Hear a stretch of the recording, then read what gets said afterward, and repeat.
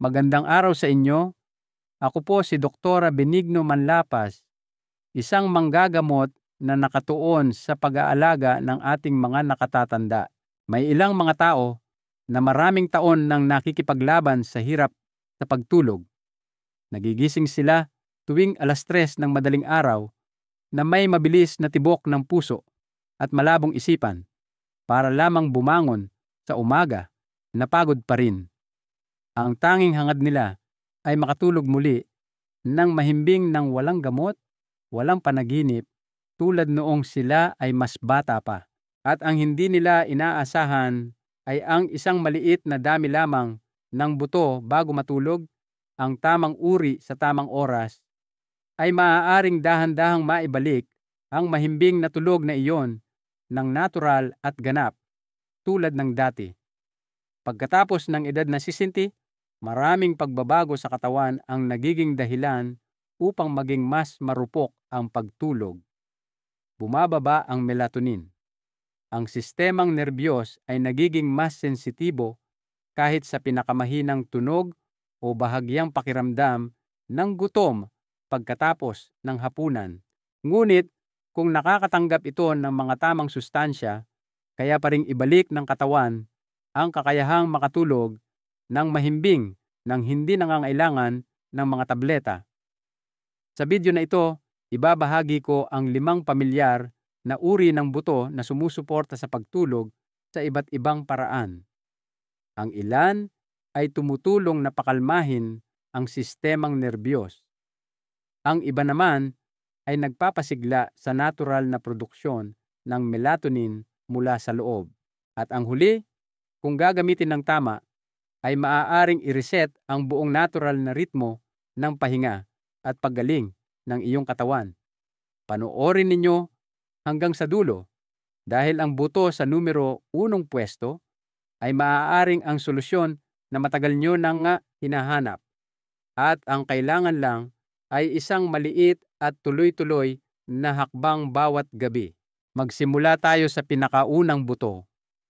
Iilan lang ang mag-aakala na ang isang kutsarita lamang ng maliliit na butong ito ay makakatulong sa iyong katawan na muling simulan ang natural na produksyon ng melatonin pagkatapos lamang ng ilang gabi. Ika-5 buto, chia seeds. Buto na number 5, tumutulong na muling simulan ang natural na produksyon ng melatonin. Ang maliliit, walang amoy at walang lasa na chia seeds ay isang mabisang kombinasyon ng omega-3, magnesium, tryptophan at soluble fiber. Ang 4 na elementong ito ay nagtutulungan upang maibalik ang iyong buong siklo ng pagtulog. Hindi kailangan ng gamot. Ang omega-3 ay tumutulong na bawasan ang bahagyang pamamaga sa mga nerve tissue na nagpapakalma sa mga sobrang aktibong senyales na madalas nagpapanatiling gising sa mga nakatatanda sa gabi. Ang magnesium ay sumusuporta sa pagre-relax ng mga kalamnan, nagpapatatag ng tibok ng puso, at higit sa lahat, pinapagana ang parasympathetic nervous system, ang pangunahing sentro ng kontrol para sa pahinga at paggaling. Ang tryptophan ay isang mahalagang amino acid na tumutulong sa katawan na gumawa ng serotonin, na pagkatapos ay nagiging melatonin na sumusunod sa natural na biological na ritmo ng katawan. Samantala, ang soluble fiber sa chia seeds ay tumutulong na panatilihing matatag ang asukal sa dugo sa buong gabi, na pumipigil sa mga tahimik na pagbaba ng glucose na nag-uudyok sa atay na maglabas ng cortisol at bigla kang gisingin. Isang pag-aaral mula sa Universidad ng Pilipinas na inilathala sa isang journal tungkol sa nutrisyon noong 2021 ang nagpakita na ang mga nakatatandang nagdagdag ng mga natural na pinagkukunan ng omega-3 sa kanilang dieta sa loob ng 3 linggo ay nadagdagan ang kanilang oras ng mahimbing na pagtulog ng karaniwang 40 minuto bawat gabi. Nakaranas din sila ng mahigit sa 30% na pagbawas sa mga pagkagising sa gabi at may mas mataas na antas ng plasma melatonin kumpara sa control group. Ang kahanga-hanga ay ang mga epektong ito ay nagmula sa totoong pagkain, hindi sa mga sleeping pill o sintetikong supplement. Napakadaling gamitin. Maaari kang maghalo ng 1 kutsarita ng chia seeds sa 1 tasa ng maligamgam na tubig. Hayaan ito ng mga 10 minuto hanggang sa tuluyan itong lumaki at pagkatapos ay dahan-dahang inumin mga 1 oras bago matulog.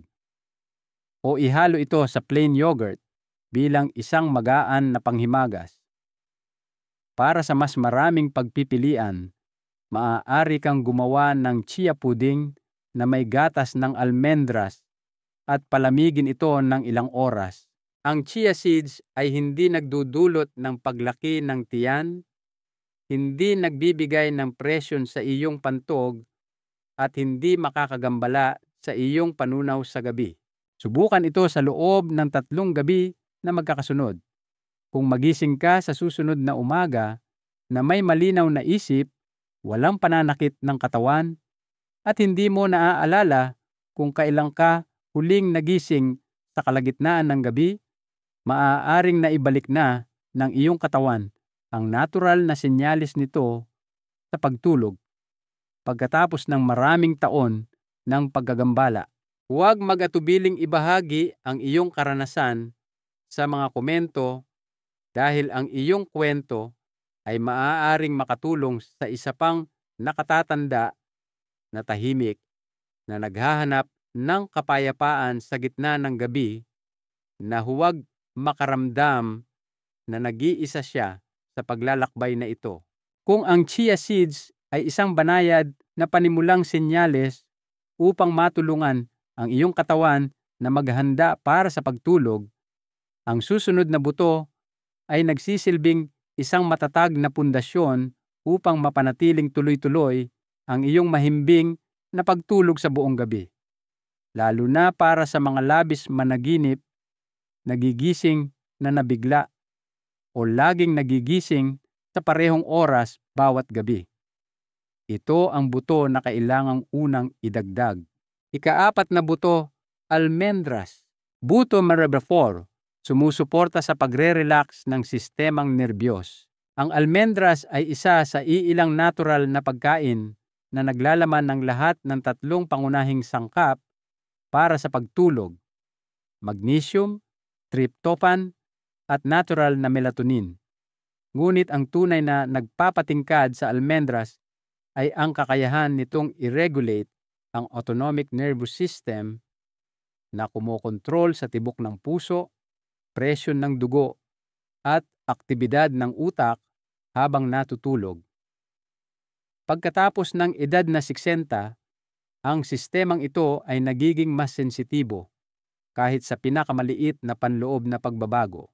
Isang maliit na pagbabago sa ritmo ng puso, isang pagbabago sa presyon ng dugo, o isang brain wave na napasigla ng labis na mga senyales ay maaaring agad na makagambala sa iyong pagtulog.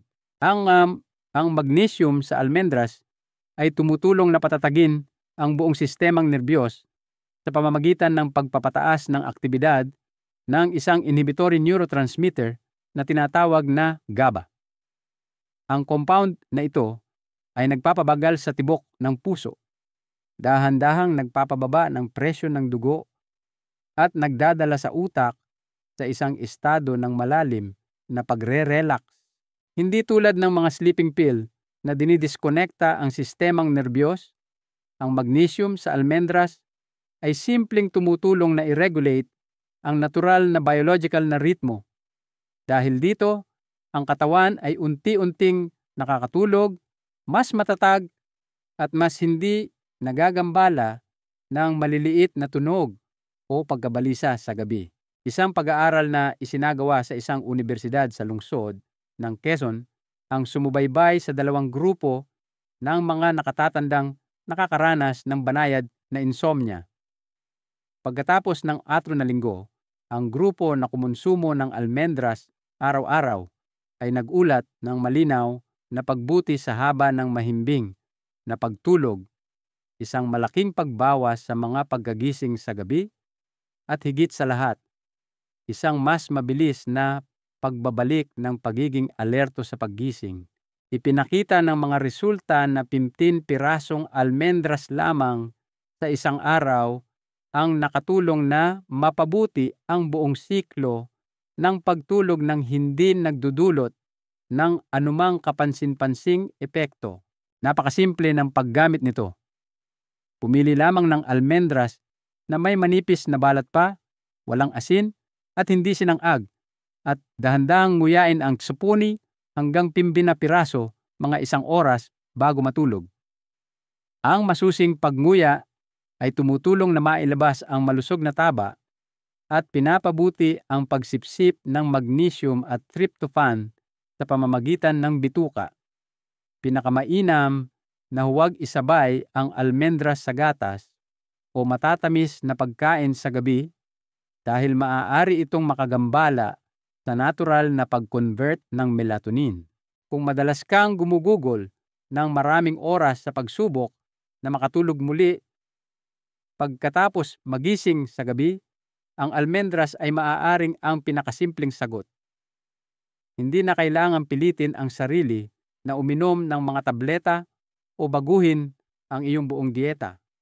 Isang maliit na ugali lamang na ginawa sa tamang oras, sa tamang paraan, at maaaring magsimulang maalala ng iyong katawan ang biological na ritmo na dati nitong alam.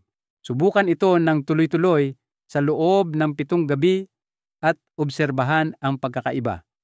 Kung ang iyong pagtulog ay naging mas mahimbing, ang iyong ulo ay mas malinaw sa umaga, at hindi mo na kailangan ng kape para simulan ang iyong araw, ibahagi ang iyong karanasan sa mga komento.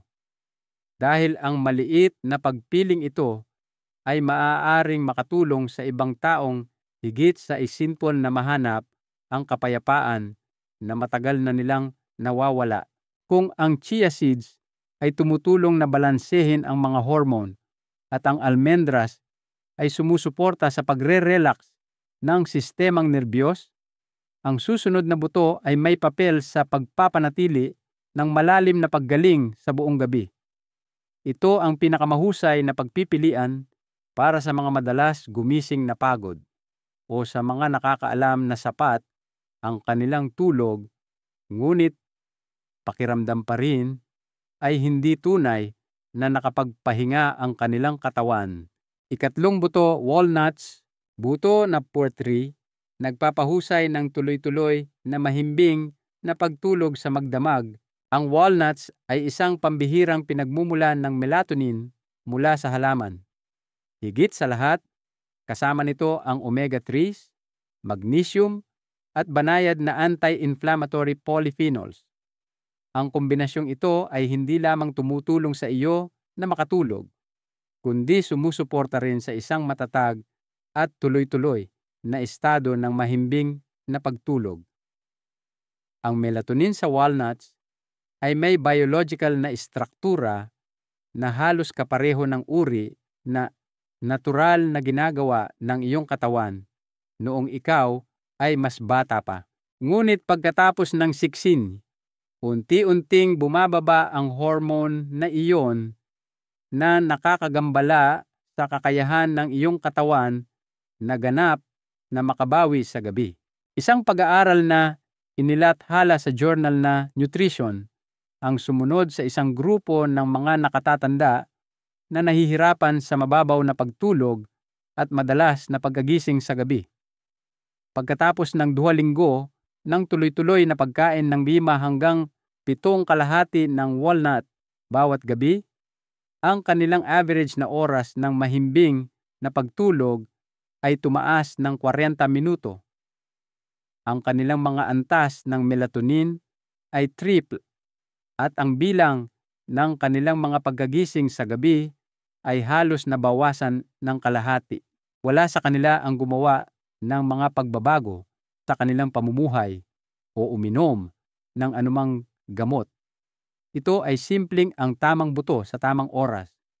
Ang pangunahing mekanismo ng walnuts ay hindi upang mabilis kang makatulog, kundi upang bawasan ang talamak na neuroinflammation na isang tahimik na salik na nakakagambala sa mga delta wave sa panahon ng mahimbing na pagtulog. Kapag naharangan ang mga senyales ng pamamaga, ang utak ay maaaring manatili sa isang mas kumpletong estado ng pahinga at mas malamang na hindi magising ng maliliit na tunog, pagbabago sa presyo ng dugo o hindi regular na tibok ng puso. Para sa pinakamahusay na resulta, kumain ng 5 hanggang 7 kalahati ng walnut mga 45 minuto bago matulog. Nguyain ng dahan-dahan at iwasang isabay sa gatas o matatamis na prutas upang mapanatili ang pagsipsip ng malusog na taba at natural na melatonin sa mga mani. Ang merienda na ito ay hindi nagdudulot ng paglaki ng tiyan, hindi naglalagay ng presyon sa pantog, at hindi lumilikha ng anumang pagkadepende tulad ng ginagawa ng mga sleeping pill kung ikaw ay gumigising na may mabigat na ulo, mababang enerhiya o isang malungkot na pakiramdam kamakailan, malamang na ang iyong pagtulog noong nakaraang gabi ay hindi sapat na mahimbing. Subukan ito sa loob ng 3 gabi na magkakasunod. Hindi na kailangang baguhin ang iyong dieta. Hindi na kailangang magdagdag ng anumang supplement. Ilang kalahati lang ng walnut sa tamang oras at maaaring magsimulang bumalik ang iyong katawan sa natural na ritmo na dati nitong alam. Kung mapansin mo ang pagkakaiba, ibahagi ang iyong karanasan sa mga komento upang matulungan ang iba na tahimik ding naghahanap ng tunay na pahinga na nararapat sa kanila. Kung ang unang 3 buto ay nakatulong na patatagin ang siklo ng pagtulog at mapanatili ang malalim na pahinga, ang susunod na buto ay nakatuon sa bahaging madalas na hindi napapansin ng karamihan, ang pintuan patungo sa pagtulog. Hindi lahat ay nahihirapan na manatiling tulog. Marami ang nakahiga ng gising sa loob ng maraming oras, sinusubukang makatulog habang ang kanilang isipan ay nananatiling aktibo. At ang butong ito ay maaaring ang siyang dahan-dahang magpapakalma sa hindi mapakaling isipan at magdadala sa iyo sa pahinga ng walang hirap. Ikalawang buto, buto ng lotus. Buto number 2, pinapakalma ang tensyon sa emosyon at pinapadali ang pagpasok sa tulog. Ang mga buto ng lotus ay hindi lamang isang pamilyar na sangkap sa tradisyonal na pagluluto sa Asya, kundi isa rin sa mga pinakalumang halamang gamot sa tradisyonal na medisina ng mga Tsino para sa pagpapakalma ng sistemang nerbiyos at pagsuporta sa natural na pagtulog. Ang mga buto ng lotus ay naglalaman ng 2 mahalagang compound, ang nephrin at lamboside. Ang mga alkaloid na ito ay dahan-dahang pinipigilan ang sobrang aktibidad sa central nervous system, isang natatanging mekanismo na hindi matatagpuan sa maraming iba pang mga buto. Ang nephrin ay tumutulong na i-regulate ang nerve signaling, lalo na sa pagpapatahimik ng labis na aktibidad sa prefrontal cortex, ang lugar ng utak na nagpoproseso ng pagkabalisa, mga alaala at lohikal na pag-iisip. Kapag ang lugar na ito ay napakalma, mas madaling lumipat ang utak sa mga estado ng alpha at theta, ang 2 pangunahing yugto bago matulog. Samantala, pinapahusay ng lamboside ang mga epekto ng natural na inhibitory neurotransmitters na tumutulong na pahabain ang pagre-relax nang hindi nagdudulot ng antok o pagkapagod sa araw. Ayon sa pananaliksik mula sa isang institusyon ng tradisyonal na medisina sa Binondo, Maynila, ang mga buto ng lotus ay inuri bilang isang natural na pagkaing pampakalma na maaaring gamitin ng pangmatagalan ng hindi lumilikha ng pagkadepende. Ipinapakita rin ng ilang mga klinikal na pag-aaral mula sa mga sentro ng integrative medicine sa Pilipinas na ang mga pasyenteng may talamak na pada-insomnia na kumonsumo ng lugaw na may buto ng lotus sa gabi sa loob ng 4 na linggo ay nagkaroon ng mas mabilis na pagpasok sa tulog at mas kaunting matingkad o nakakalitong panaginip. Ang nagpapatingkad sa mga buto ng lotus ay ang kanilang kakayahang magpakalma ng emosyon. Pagkatapos ng siksinta, ang ating mga emosyonal na tugon ay madalas na nagiging mas sensitibo. Minsan, kahit isang maliit na pangyayari sa araw ay maaaring mag-iwan sa atin ng pakiramdam na hindi mapakali sa gabi.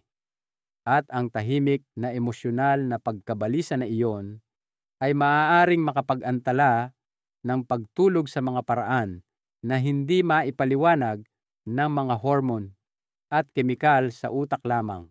Ang mga buto ng lotus ay dapat ihanda ng dahan-dahan. Maaari mong pakuluan ang sariwa o tuyong mga buto sa tubig hanggang sa lumambot, ihain ng maligamgam at walang dagdag na asukal. Kung gusto mo, ihalo ito sa gatas ng mani o magluto ng isang magaan na matamis na lugaw na may brown rice. Iwasan ang refined sugar o condensed milk na maaaring bahagyang makapagpasigla sa sistemang nerbiyos.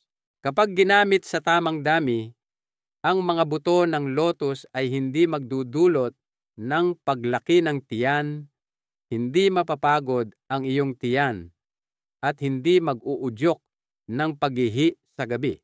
Kung madalas kang nakahiga ng gising, nadilat ang mga mata, o nagigising mula sa malabong mga panaginip na nalilito, ang mga buto ng lotus ay maaaring ang natural na tulay na hahayaan ang iyong isip na tahimik na dumausdos patungo sa pagtulog nang hindi biglang nagigising. Subukan ito sa loob ng ilang gabi, dahan-dahan, at may pasensya.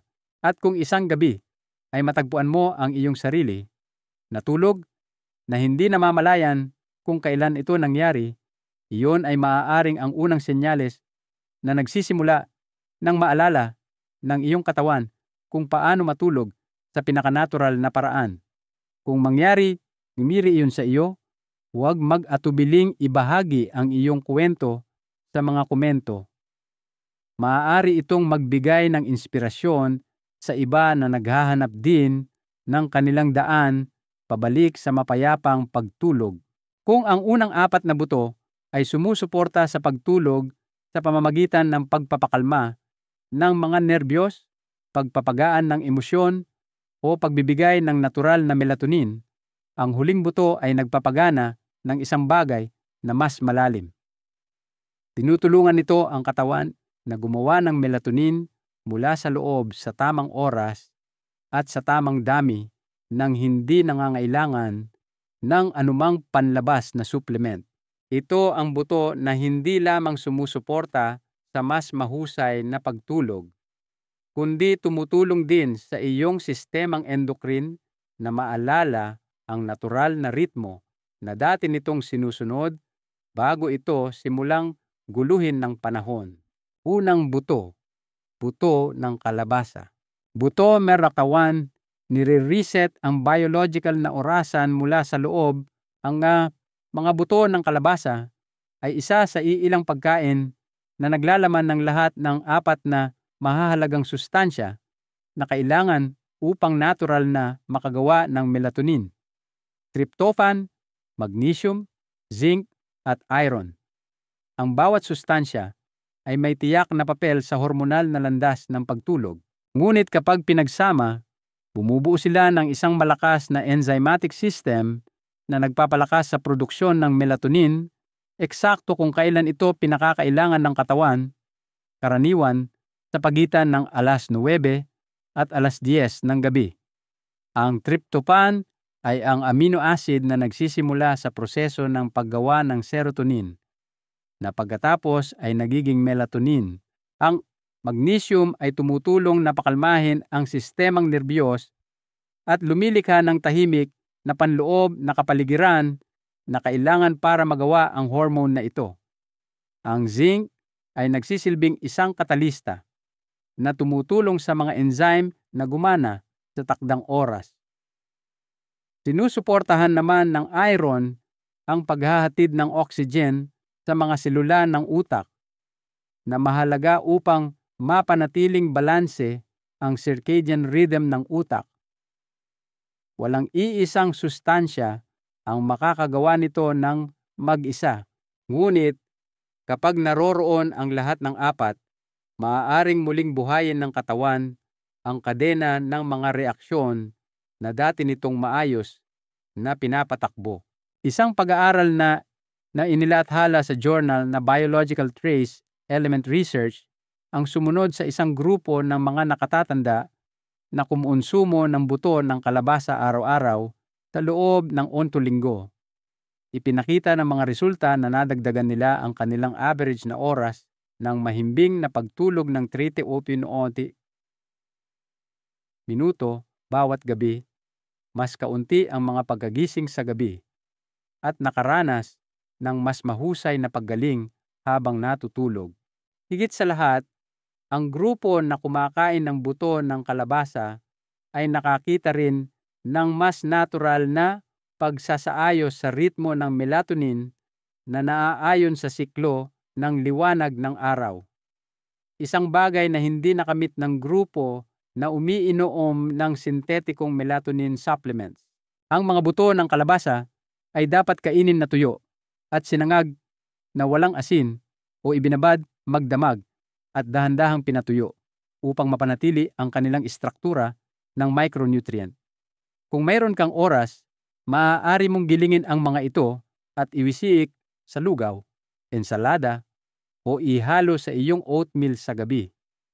Mga 1 hanggang 2 kutsara pagkatapos ng hapunan, 1 hanggang 2 oras bago matulog ay sapat na kapag ang katawan ay nagsisimulang lumipat sa mode ng pahinga. Kung madalas mong maramdaman na ang iyong pagtulog ay wala sa tamang oras, masyadong huli natutulog, masyadong maaga gumising, o hindi lang inaantok sa tamang oras, ito ang buto na tumutulong na i-reset ang iyong biological na orasan mula sa ugat. Hindi kailangan ng biglaang pagbabago. Hindi kailangang pilitin ang sarili na matulog. Ulitin lamang ang isang maliit na senyales bawat gabi ng tuloy-tuloy at dahan-dahan. Tutulungan ng mga buto ng kalabasa ang iyong katawan na makilala ang senyales na iyon. At kung pagkatapos ng ilang gabi ay mapansin mong mas madali kang makatulog, hindi nagigising sa kalagitnaan ng gabi, at gumigising na mas magaan at malinaw ang pakiramdam sa umaga, ibahagi ang iyong kwento upang ang iba pang nahihirapang matulog sa gabi ay mahanap din ang kanilang daan pabalik sa pahinga na dati nilang alam. Hindi mo kailangang baguhin ang iyong buong dieta. Hindi mo kailangang uminom ng mas maraming tableta. At hindi mo kailangang pilitin ang iyong sarili na matulog sa isang takdang oras kung hindi pa handa ang iyong katawan. Isang maliit na dakot lamang ng tamang buto sa tamang oras. Iyon ay sapat na upang magpadala ng isang mensahe ng kaligtasan sa iyong sistemang nerbiyos. Isang mensahe na nagsasabing ayos na ang lahat ngayon at oras na para magpahinga. Magsimula sa mga buto ng kalabasa kung nais mong dahan-dahang i-restart ang orasan ng iyong katawan, o subukan ang mga buto ng lotus kung kailangan mong pakalmahin ang iyong emosyon at mas payapang makatulog. Hindi mo kailangan ng malaking halaga, 1 kutsara lamang. Ang kaunting pag-uulit bawat gabi ay maaaring magdulot ng pagbabago na hindi mo inaasahan. At kung nasubukan mo na ito, ibahagi kung paano ito gumana para sa iyo sa mga komento sa ibaba. Ang mahalagang aral dito ay hindi natin kailangan ng mga komplikadong solusyon para sa mga problemang pangkalusugan na ating nararanasan. Minsan, ang sagot ay nasa mga simpleng bagay na matagal na nating alam, ngunit nakalimutan lang natin. Ang pagbabalik sa natural na paraan, tulad ng pagkain ng mga butong ito, ay isang paalala na ang ating katawan ay may likas na kakayahang magpagaling. Kailangan lang nating pakinggan ito at bigyan ng tamang suporta. Dahil habang tinatype mo ang mga salitang iyon, maaaring may ibang tao diyan nagising sa mga oras na ito, tahimik na hinahanap ang tulog na matagal na niyang nawala. Kung ang video na ito ay nakatulong sa iyo, huwag kalimutang mag-subscribe at i-on ang notification bell. Magbabahagi pa ako ng mas maraming banayad at madaling sundin na mga solusyon na lalong nakakatulong para sa katawan pagkatapos ng edad na 60. Hindi ka nag-iisa sa paglalakbay na ito at nararapat kang magkaroon muli ng mapayapang pagtulog. Ibahagi po ninyo ito sa inyong mga kaibigan at kapamilya.